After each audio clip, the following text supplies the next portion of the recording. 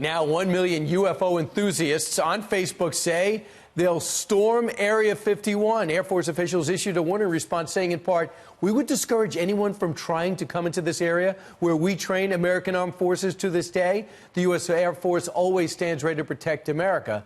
It sounds like there's going to be a problem. So what is it that drives our continued fascination with the subject and Area 51? Joining us now to discuss is maybe the country's greatest expert, the author of Area 51, An Uncensored History of America's Top Secret Military Base. Annie Jacobsen joins us. Annie, when did this obsession with Area 51 begin? Decades. I mean, you know, Area 51 is the Shangri-La of conspiracy theories that involve UFOs. It's kind of this American archetype of whenever the UFO mythology comes up in our culture, all emphasis goes to Area 51. I think that's why 1 million people are talking about storming the place, and it certainly has the U.S. Air Force. It has the ear of the U.S. Air Force. Because a spaceship crashed there, and then we took the aliens captive to study them. Is that the problem? That's one way of thinking. You know, Area 51 is this classified military facility that sits inside a test and training range that's also classified, that is the size of essentially the state of Connecticut. So there is so much activity going on out there. Overhead espionage, countermeasures against electronic warfare, paramilitary training. It's got all these elements, and you throw the UFO lore into it, you got a lot of ears and eyeballs on Area 51. I mean, back in the 1950s, they were testing the U-2 spy plane there, and we know Saddam Hussein, they had forces training to capture Saddam Hussein prior to the Iraq War. That was going on there, and it didn't help in 2017 when the Pentagon confirmed the existence of a $22 million government program to analyze anomalous aerospace threats, also known as UFOs, giving the alien-obsessed people who are about to see something else to go on, hard and fast facts.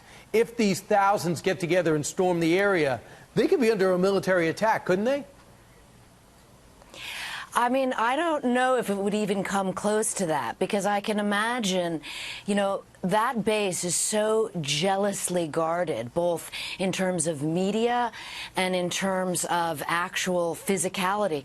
I don't think the Air Force or any of the other military partners or intelligence community partners that are all working out there at Area 51 are going to let anybody anywhere near the entrance to Area 51. And lastly, when you talk about this book that you wrote and the studying that you did and research to put it out, what was the most intriguing thing that you came up with?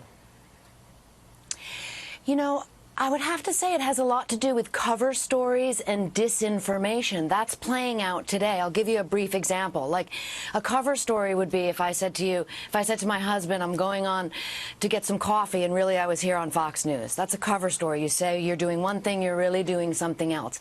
Disinformation, misinformation is when you put out a different story.